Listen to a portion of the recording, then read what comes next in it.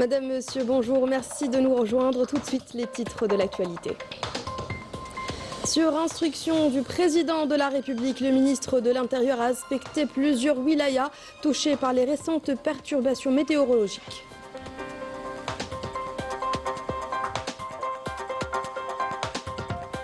Clôture des travaux de la 19e session du bureau exécutif de la conférence des juridictions constitutionnelles africaines. L'Algérie réaffirme son rôle moteur dans la consolidation de la justice constitutionnelle, dans la promotion de l'état de droit sur le continent.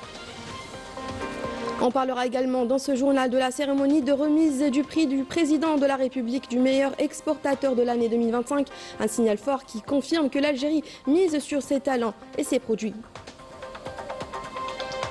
Reportage de cette édition, nous irons au site de production des stylos d'insuline, une infrastructure moderne qui assure près de 200 emplois directs portés par des compétences 100% algériennes. Bienvenue à tous.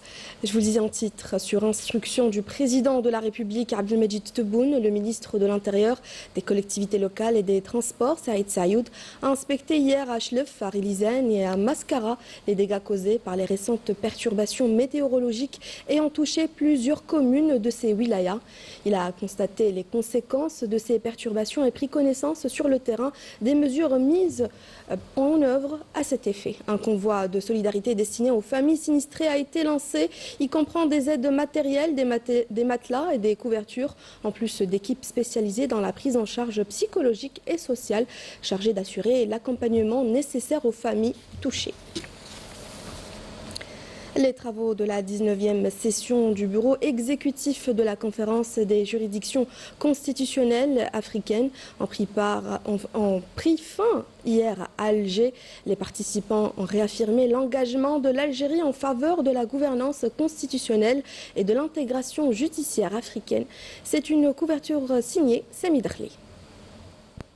La Cour constitutionnelle algérienne a accueilli hier la 19e session du bureau exécutif de la conférence des juridictions constitutionnelles africaines, marquant une nouvelle étape dans la coopération judiciaire continentale. Cette rencontre traduit une volonté commune de renforcer la justice concertée à l'échelle de l'Afrique. Cet espace constitue un mécanisme complémentaire au dispositif adopté par l'Union africaine et actif dans le domaine des élections et de la justice. Il est devenu aujourd'hui un espace continental de référence pour le dialogue et la coopération constitutionnelle, ainsi qu'une tribune reconnue pour l'échange des jurisprudences et des expériences. Il s'affirme également comme un partenaire institutionnel actif des débats régionaux et internationaux liés à la justice constitutionnelle et aux processus électoraux. Une telle haute distinction constitue un message clair de l'engagement constant de l'Algérie à accompagner la conférence des juridictions constitutionnelles africaines et à soutenir ses efforts visant à consolider la gouvernance constitutionnelle et à renforcer l'intégration judiciaire à travers le continent africain. Cette session est principalement consacrée à l'examen et à l'adoption du programme d'activité pour l'année 2026, véritable feuille de route fixant les priorités stratégiques de la conférence. Cela témoigne de l'engagement et du dévouement à concrétiser ces valeurs à l'échelle du continent africain. L'Algérie a assumé cette responsabilité majeure et s'est engagée à traduire cet engagement en actes, notamment à travers l'organisation de telles rencontres, en apportant un soutien financier et en assurant le rôle de pays hôte de l'événement. La présence de plusieurs délégations du continent illustre l'importance de cet événement et la volonté d'un dialogue renforcé entre les juridictions constitutionnelles africaines. Je tiens à souligner que la conférence des juridictions constitutionnelles africaines accueillie par le pays frère l'Algérie est l'un des événements africains les plus importants. Il constitue un véritable tournant dans les relations judiciaires en Afrique, notamment en matière de protection de la légalité constitutionnelle et de défense des droits de l'homme sur le continent. المتعلقة بحماية الشرعية الدستورية وحماية حقوق الإنسان في أفريقيا.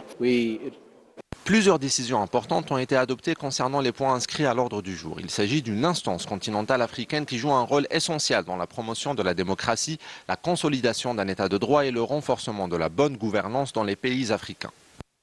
À travers l'accueil de cette session, l'Algérie réaffirme son rôle moteur dans la consolidation de la justice constitutionnelle et dans la promotion de l'état de droit sur le continent. Cérémonie de remise du prix du président de la République du meilleur exportateur de l'année 2025. Le prix a été décerné à 5 entreprises en reconnaissance de leurs efforts et de leur contribution à la diversification et au développement des exportations algériennes hors hydrocarbures. Walid Yousfi. Depuis 2020, l'Algérie a engagé une stratégie ambitieuse visant à promouvoir ses produits agricoles, agroalimentaires, industriels ainsi que ses services en accompagnant les opérateurs économiques dans la conquête des marchés régionaux et internationaux. Cette politique se concrétise chaque année par l'attribution du prix du président de la République du meilleur exportateur, une distinction très attendue par les industriels.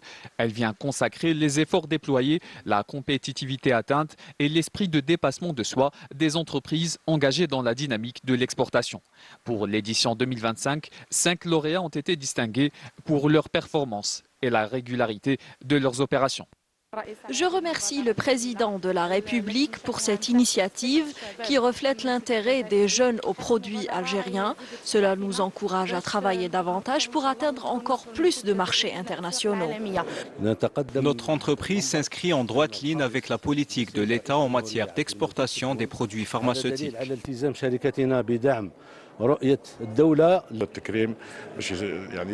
Cette distinction nous encourage à poursuivre nos efforts.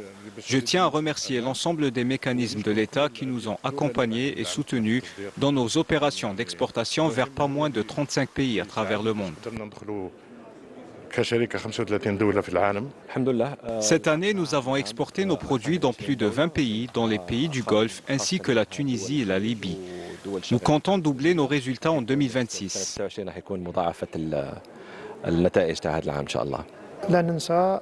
Je remercie aussi tous les travailleurs de la Sonalgaz pour cette réussite. Cette distinction est très importante pour nous.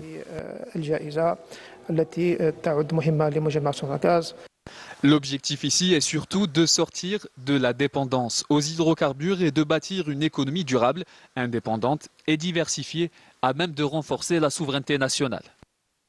Le prix du président de la République du meilleur exportateur ne constitue pas une simple distinction honorifique.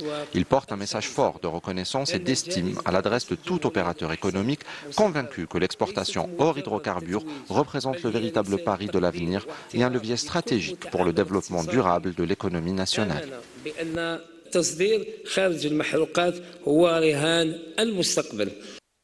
C'est donc un signal fort qui confirme que l'Algérie mise sur ses talents et ses produits pour s'affirmer durablement sur la scène économique mondiale. Industrie pharmaceutique à présent à Boufalik. Le site de production Novo Nordisk fabrique des stylos d'insuline couvrant une part importante des besoins du marché national et s'ouvrant à l'exportation grâce à une infrastructure moderne qui assure près de 200 emplois directs portés par des compétences 100% algériennes. Reportage de Anis Cher. À Boufalik, l'industrie pharmaceutique algérienne franchit un cap stratégique. Des stylos d'insuline produits localement par des compétences nationales couvrent désormais une partie significative des besoins du marché algérien et s'ouvrent à l'exportation. Entré en service en 2023, le site industriel de Novo Nordisk Algérie s'inscrit dans une dynamique de localisation de la production de médicaments innovants. Spécialisée dans l'assemblage et le conditionnement d'insuline moderne et de nouvelle génération, l'usine a rapidement monté en puissance, passant de 17 millions de stylos en 2023 à près de 30 millions en 2024. Le site a une superficie de 31 000 m² avec 200 emplois directs et il a vu le jour grâce à un investissement direct du Novo Nordisk de l'ordre de 80 millions d'euros. Cette montée en charge repose sur une organisation industrielle de pointe. Le site est doté de lignes de production entièrement automatisées et de systèmes de contrôle qualité rigoureux, garantissant des produits conformes aux normes nationales et internationales. C'est des lignes automatisées, mais on a aussi besoin d'opérateurs, on a aussi des ingénieurs, on a des techniciens aussi de production qui donnent au quotidien pour que le produit, quand le patient algérien reçoit ce produit, il est le mieux possible. C'est-à-dire qu'il répond aux normes internationales et aux normes aussi algériennes. Le site de Boufalik constitue le deuxième pôle industriel du groupe en Algérie. Après l'usine de Tizi Ouzou dédiée à la production de la metformine, ensemble ces deux unités contribuent à la couverture des besoins du marché national et développent une dynamique d'exportation vers l'Afrique et le Moyen-Orient.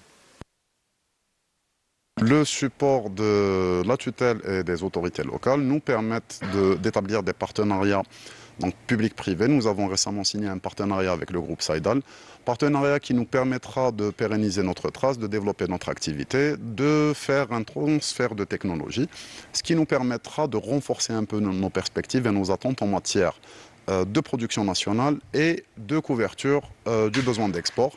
Une stratégie récemment consacrée par l'attribution du prix du président de la République de la meilleure entreprise exportatrice, confirmant l'ambition de faire de l'Algérie un acteur régional majeur de la production pharmaceutique.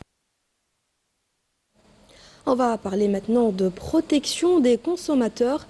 Les achats en ligne se sont imposés dans notre quotidien, mais avec eux, les arnaques sur Internet se multiplient. Faux sites, fausses promotions, escroqueries en tout genre. Les consommateurs sont de plus en plus ciblés.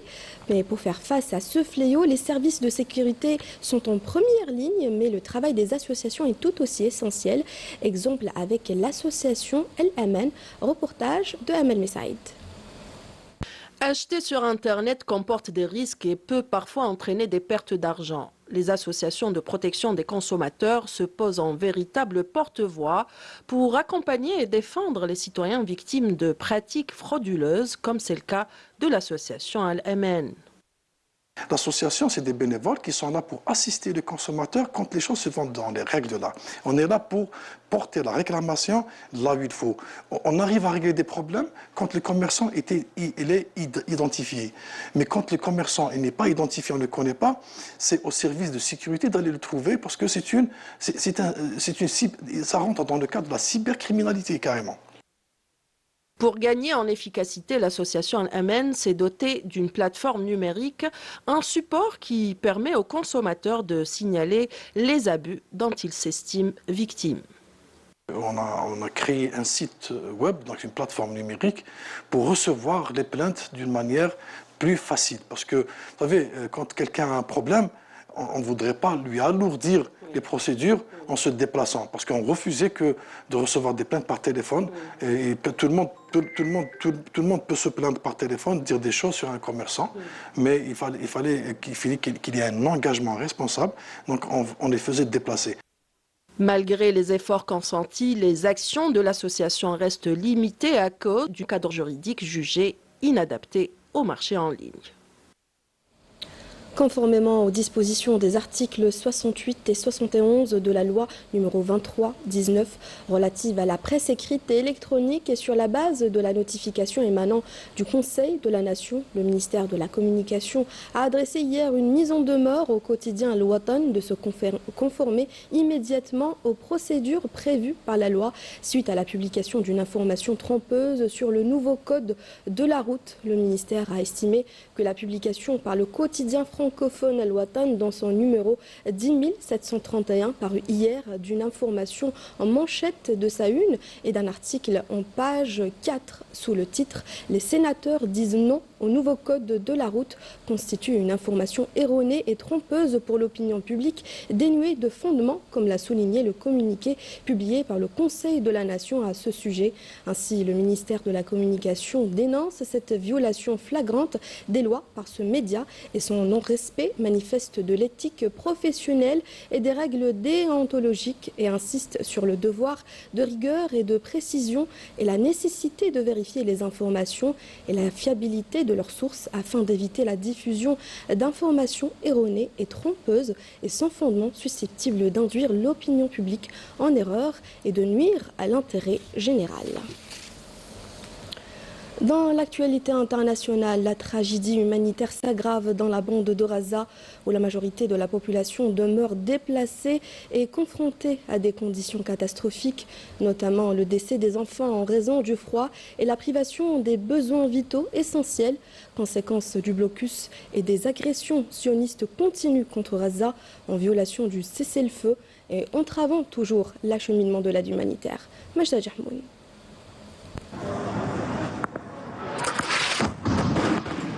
La situation continue de se détériorer en Palestine occupée, notamment dans la bande de Gaza, marquée par les violations répétées de l'armée sioniste et l'aggravation d'une situation humanitaire sans précédent. Au moins 6 Palestiniens ont été tués ces dernières heures. 4 d'entre eux ont péri dans un bombardement d'artillerie sioniste ayant ciblé le quartier de Zeytoun à l'est de Gaza, tandis qu'un autre a été abattu par l'occupant à l'est de Khan Younes. Dans un contexte de pénurie extrême, un nourrisson est également décédé en raison de la vague de froid intense qui frappe l'enclave, alors que la majorité de la population déplacée manque d'abri et de chauffage. Et malgré cette souffrance, l'entité sioniste poursuit la destruction de ce qui reste des habitations à Khan Younes et Rafah et s'en prend aux infrastructures humanitaires, avec notamment la démolition récente du siège de l'UNRWA à El-Quds occupé. Entre bombardements, destruction et entrave à l'acheminement de l'aide humanitaire, la population palestinienne fait face à une situation humanitaire inédite. Le cessez-le-feu, violé sans cesse par l'entité sioniste, cause chaque jour des dizaines de morts parmi les civils, en particulier des enfants et des déplacés, qui luttent pour leur survie dans le chaos total.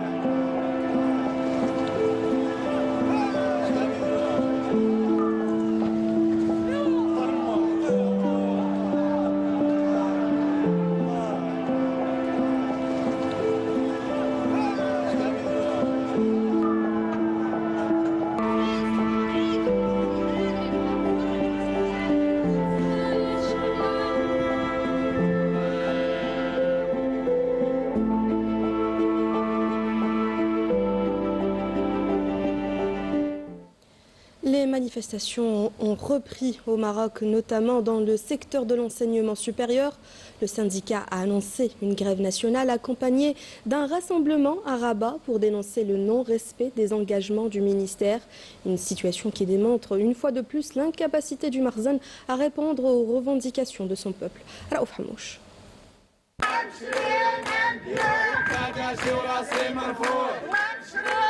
Des cris, des revendications et une colère qui éclate au cœur des amphithéâtres. Dans plusieurs universités marocaines, enseignants et universitaires manifestent pour dénoncer le projet de modification du cadre juridique de la gratuité de l'enseignement supérieur. Une réforme perçue comme une remise en cause d'un acquis fondamental. Face à cette situation, le syndicat national de l'enseignement supérieur annonce 3 jours de protestation à l'échelle nationale. Ces manifestations ne portent pas uniquement sur la gratuité de l'enseignement. Nous rejetons également les lois 57 et 24 qui réorganisent le secteur de l'enseignement supérieur. L'Union nationale des fonctionnaires de l'enseignement supérieur affiliée à la Fédération démocratique du travail refuse ces textes dans leur totalité, car cela représente une menace pour l'avenir des universités publiques.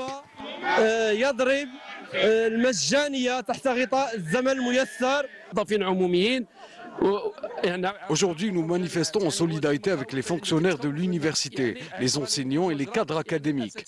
Nous constatons que le ministère ne s'est pas engagé avec nous sur la mise en place d'un statut unifié.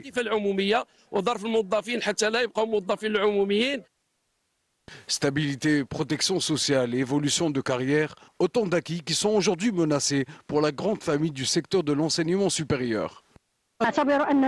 Nous refusons ces pratiques. Nous exigeons des solutions claires, à commencer par un statut unifié pour tout le personnel. Chaque employé, fonctionnaire du secteur de l'enseignement supérieur doit être respecté et pleinement intégré sans être marginalisé. Un appel clair, aucun compromis sur la gratuité, l'autonomie et le statut des universitaires. La mobilisation continue et annonce déjà une grande crise dans les campus marocains. Retour dans le pays pour parler gris de Ramadan. Le PTV a lancé le tournage d'une série humoristique dramatique intitulée Mosaïque, portée par des comédiens reconnus et de jeunes talents. Cette nouvelle production sera proposée aux téléspectateurs durant la seconde moitié du mois sacré. Amira Sefta. Mosaïque, 1-25, première prise. Les caméras se sont mises en marche et les premières scènes d'une nouvelle série très attendue intitulée Mosaïque ont été tournées. Dans les coulisses, l'ambiance est électrique. Les artistes de renom se donnent à fond. L'équipe technique s'active et déjà les premiers indices laissent présager une production de grande qualité. Rendez-vous durant la seconde moitié du mois de Ramadan pour découvrir cette nouvelle série qui promet de réunir toute la famille devant le petit écran. Il y a plusieurs rôles, notamment celui d'un bijoutier, celui d'un mari et d'un fiancé. Nous espérons être des invités légers et appréciés par le public durant le prochain Ramadan. J'ai le rôle d'une travailleuse qui a atteint l'âge de la retraite, mais à qui on refuse ce droit en raison de son expérience et de son utilité au sein de son environnement professionnel. Constantine, pour moi, c'est la mère qui m'a soutenue au début de ma carrière. La série propose des personnages différents, la mère, la sœur et la fille, chacun avec une personnalité différente. Je préfère ne pas trop donner de détails et préserver le mystère. La série, composée de 15 thématiques liées aux différentes réalités sociales, a pour objectif le public, considéré comme référence et le seul véritable juge. C'est pourquoi les téléspectateurs de la chaîne nationale sont invités à suivre la série Mosaïque. Avec cette production, la station régionale de Constantine reprend ses activités créatives dans le domaine de la fiction dans le but de redonner de l'éclat au petit écran. C'est dans ce cadre que le directeur général de l'entreprise publique de la télévision algérienne, Mohamed Brali, a donné le coup d'envoi du lancement de la nouvelle série dramatique et comique Mosaïque. La série Mosaïque met en lumière plusieurs figures artistiques de Constantine, parmi lesquelles on retrouve Alla Wazarmani, Hakim Bekkar et Fatiha Sultan. Ces noms dépassent aujourd'hui le cadre régional pour s'inscrire dans le patrimoine artistique national. Aux côtés de figures confirmées, de jeunes talents participent activement au tournage des différentes scènes, contribuant ainsi à une œuvre portée par des messages à caractère social et humain. C'était le journal de la rédaction. Merci à vous de l'avoir suivi. Excellente journée sur Canal Algérie.